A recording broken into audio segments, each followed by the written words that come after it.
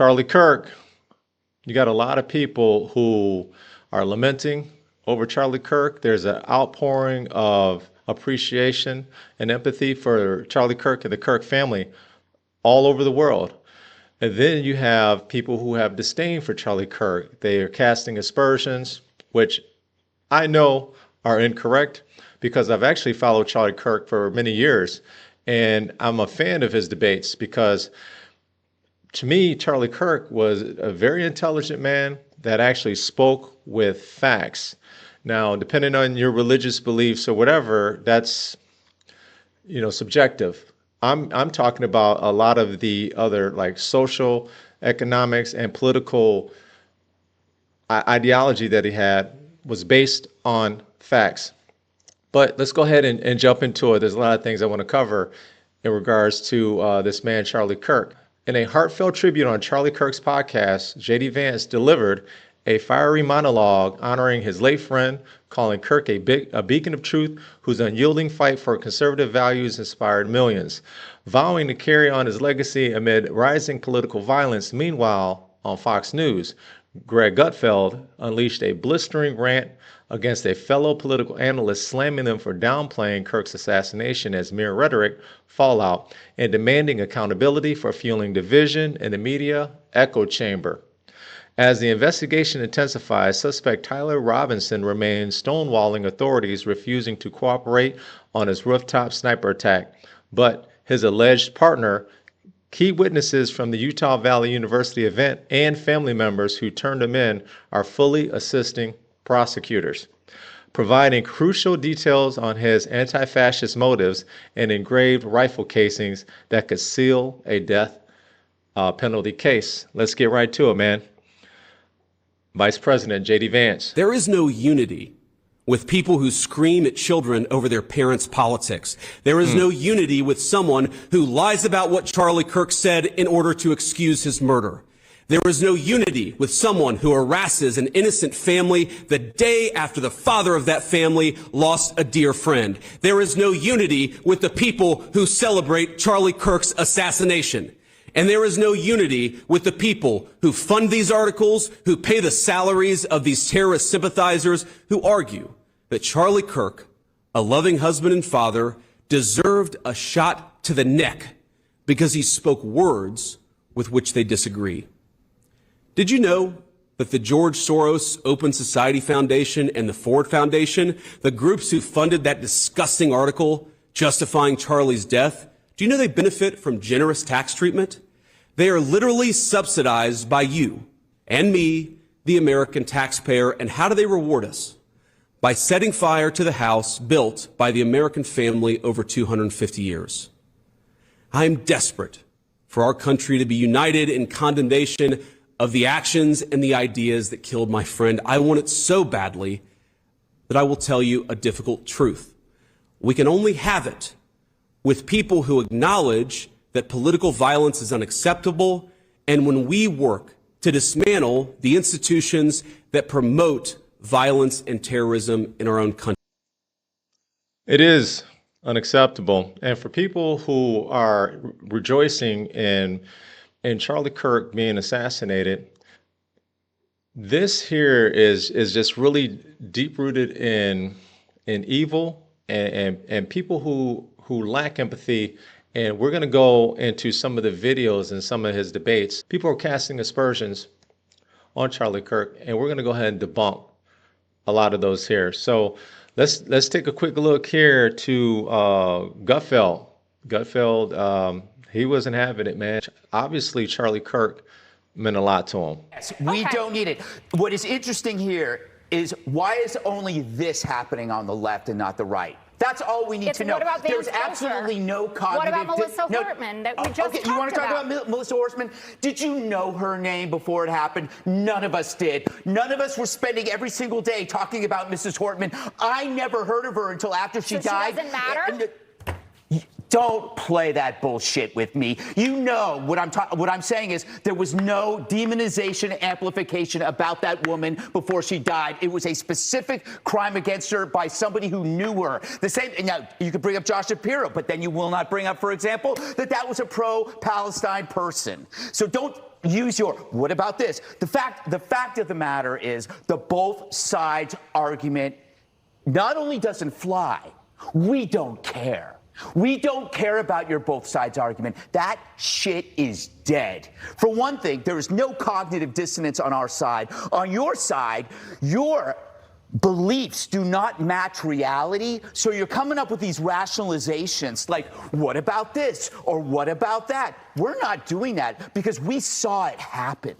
We saw a young, bright man assassinated, and we know who did it. We are not coming up with rationalizations. We are calm, we are honest, and we are resolute. We're not defensive, and I understand the defensiveness. I understand why people are saying, what about this and what about this? Because if you have to face the underlying fact to this, your life is going to fall apart because you're going to realize you're not the good guys. If you sat around and you defended the mutilation of children, you're not the good guys. If you sat 600, 700 cases of harassment against Republicans and you said, but what about this? What about this? And then you see this murder after calling somebody a fascist, you realize maybe I'm not the good guy. That is a hell of a realization to deal with. So therefore, you have to grasp at rationalizations.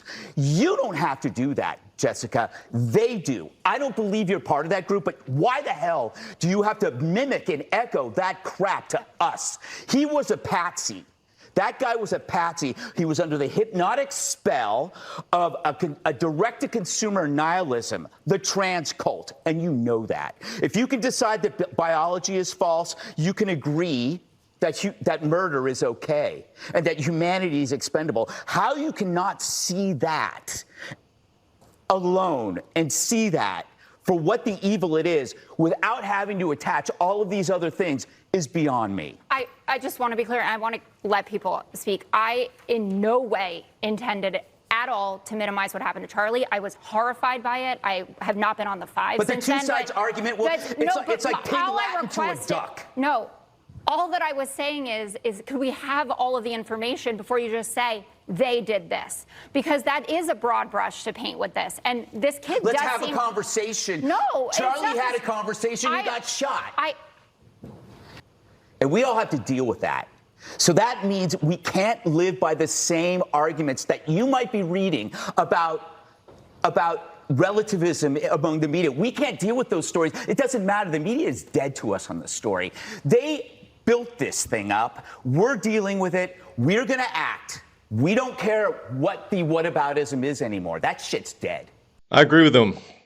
Left-wing media, their propaganda, their reckless gaslighting, the playbook, Nazi, fascist, racist, consistently with this message on all platforms. I want to go ahead and play some clips of Charlie Kirk. I've been watching this gentleman for years. I've never thought that he was a racist. Never. I thought that he was fact-driven, data-driven, and he had a deep spiritual connection. And he was a man that was about family, that was about country, and that was about God. This man was assassinated over ideas, over debating ideas. How are you? What a beautiful kid that is. Thank you. What a gift from God. Yeah. She truly is. She is the biggest blessing. Something that kind of has me like on the fence of whether or not I go kind of like full blown more like conservative or moderate is just seeing how Give it up. That is a gift from the Lord, everybody. That is just beautiful. I see that, we're starting to save a lot of money from things such as like Doge, but do you think that some of that money should go back to maybe like reforming the way that welfare is done to help poor families who do want to kind of pursue that American dream? Great question. The number one objective of any social welfare program should be how do we keep the family together and put dads back in the family. Unfortunately, in the black community, dads are the most absent of any community. About 2/3 of all black youth will be raised without a stable father around. And I know, it's crazy, right? And that little precious angel of yours deserves to have a father around. And unfortunately, as we've removed dads from families, government has come in and has taken the place. So some people need help and they need social assistance. All of that should be about incentivizing the dad staying around, not the dad leaving. The Democrat Party does not talk about dads at all. The Republican Party, we are talking about how men need to be men again, in the home, take responsibility, provide for your family, and with strong families comes smaller government.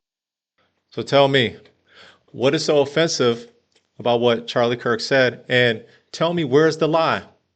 So those of us who grew up in the hood, who grew up in predominantly black neighborhoods, damn near 95% black. And I'm talking about my neighborhoods where my father in his neighborhood and my family all over this country, all over the Chi, everywhere. The majority of my friends did not have their father in the home. I am an example. My father was not in our home. He had his own crib, he had his own place. We had to go and visit him. And he was in them streets. He was a Rolling Stone, full disclosure. He was a Rolling Stone. So the majority, and I'm talking about the overwhelming majority, by and large, my friends, my associates, their father was not in the home.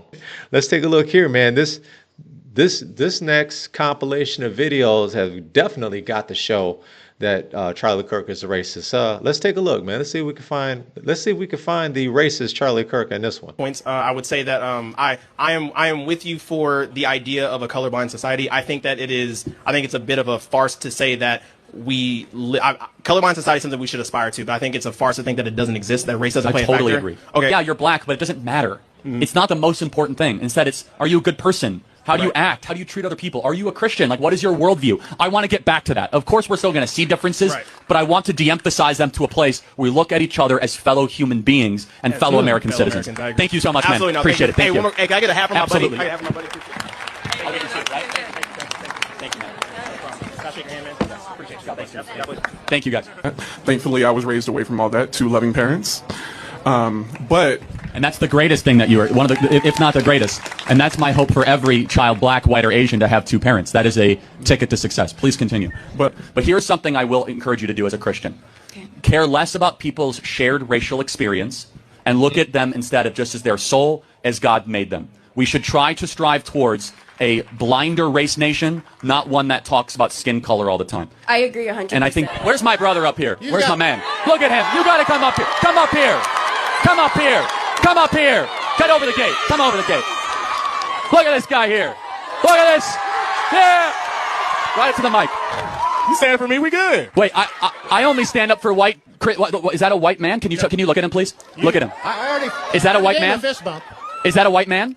You said I only stand up for white men. He's got dreads. Instead of just looking at everything in the past that's wrong and bad through a victim lens. Say, you know what? It's still going on. Okay. One sec. Say, you know what?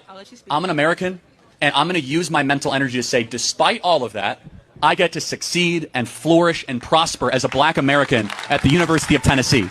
You are a living embodiment, Gigi, that you can still succeed as a black individual. Okay. Because I look at you not as a black guy, but as a human being made in the image of God, and I want to know what you bring to the table.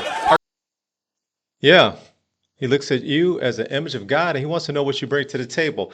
He is saying, get out of the victimization mentality. You can actually be somebody in this country. Stop with all these people who are race baiting, and they are giving you this excuse to use. It's like a get out of jail free card. You know what? Everything is about race.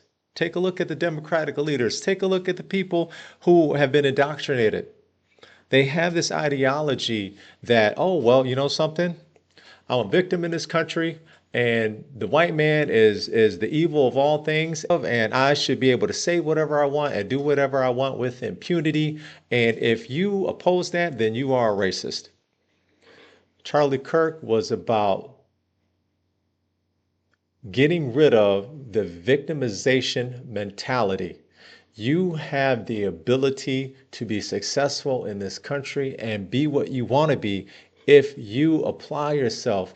And I also find it interesting that every black person that are friends with Charlie Kirk or an associate of his all say, all of them, that he is not a racist. This video has definitely got to show that he didn't like gay people. Let's take a look. I'm a gay conservative, and I just want to ask you, what do you have to say for people like me who kind of feel like, I guess, it's kind of hard for gay conservatives because there's not a lot of us. So, like, what do you have to say to other gay people who need to realize, like, they do have a choice? Yeah, first of all, welcome to the conservative movement. I don't think you should introduce yourself just based on your sexual attractions. No, I agree. I like because that's not who you are. I like to be thought of as a person, and for sure, you are a complete human being, and I'm sure you treat people well, and you're studying something. So I want to get away with this idea that you're gay anything. I just think that we have gone a long way in the negative direction in this country, where we act as if the most important part of your identity is what you do in the bedroom. It doesn't mean that much to me, but if you ask from a perspective as a Christian, I don't agree with that lifestyle, but politics is about addition and multiplication. I imagine you agree with a lot of what we talk about. Absolutely. Right? Strong borders, strong country, and for that, we welcome you into the conservative movement. thank you. Okay. That wasn't anti-gay. Okay. So he's welcoming, and he's telling the person, look, don't lead with that. Your identity, don't use sex as your identity. He just doesn't agree with that lifestyle, and that's fair. But he's not sitting here ostracizing and berating this person for being a gay man. He's like, okay, welcome to our movement. There's plenty of things that we actually have common ground. And he's a Christian man. He's like, okay, I'm a Christian man.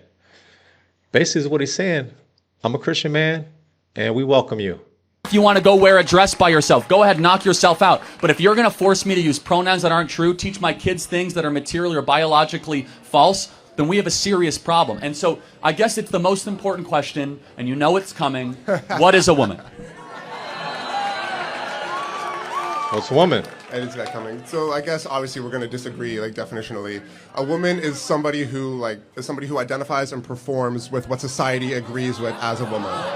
And there's it's not a safe world for trans people. It's not it's not a safe world for those of us that criticize trans people. That's where I disagree with that too. I think everyone should be safe. I don't think that anybody should have any violence shown against them. Yeah, I categorically disagree with any violence shown against people. Like, all I'm saying is that these people just want to exist.